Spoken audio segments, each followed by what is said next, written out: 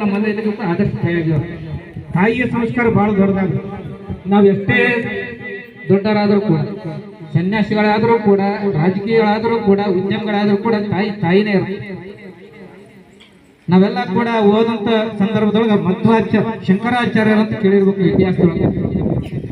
ಅದ್ವೈತ ಸಿದ್ಧಾಂತ ಪ್ರತಿಪಾದಕ. 18ನೇ ವಯಸ್ಸಿನೊಳಗೆ ಅವ್ರಿಗೆ ಸನ್ಯಾಸ ಸ್ವೀಕಾರ ಮಾಡಿದ್ರು. ಸನ್ಯಾಸ ಸ್ವೀಕಾರ ಮಾಡೋಂಥ ಸಂದರ್ಭದೊಳಗೆ ಆ ತಾಯಿ ಏನ್ ಮಾಡ್ತಾಳೆ, ತೀರ್ಕೊಂಡು ಬಿಡ್ತಾರೆ 18ನೇ ವಯಸ್ಸಿನೊಳಗೆ.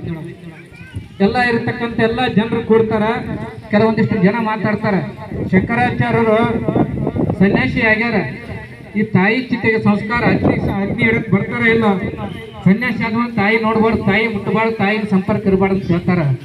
ಅವಾಗ ಶಂಕರಾಚಾರ್ಯರು ಯಾರ ಮಾತು ಕೇಳಂಗಿಲ್ಲ.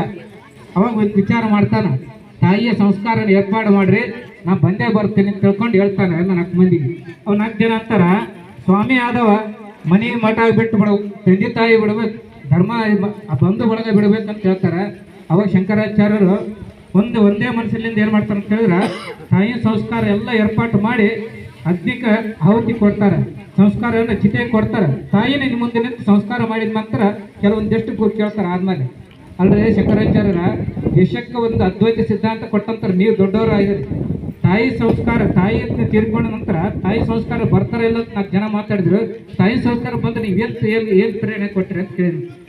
ಸನ್ಯಾಸಿಗಳಾದ್ರು ತಾಯಿ ಬರಬಾರ್ದು ಅಂತಂದಾಗ ಅವು ಶಂಕರಾಚಾರ್ಯ ಮೊದಲು ಒಂದು ಮಾತು ಹೇಳಿದ್ರು, ಏನಂತ ನೋಡಪ್ಪ, ಈ ಭೂಮಿ ಬರೋಕ್ಕೆ ಮುಂಚೆ ನಾನು ಸನ್ಯಾಸಿ ಆಗಲಿಲ್ಲ. ಈ ಅದ್ವೈತ ಸಿದ್ಧಾಂತ ನಾನು ಕೊಟ್ಟಿದ್ದು ಖರೇನೆ, ಅದು ಅದ್ವೈತ ಸಿದ್ಧಾಂತಕ್ಕಿಂತ ಮೊದಲು ನನಗೆ ಜನ್ಮ ಕೊಟ್ಟದ್ದು ಯಾರು, ತಾಯಿ ಅಂತ ಹೇಳಿದ್ರು.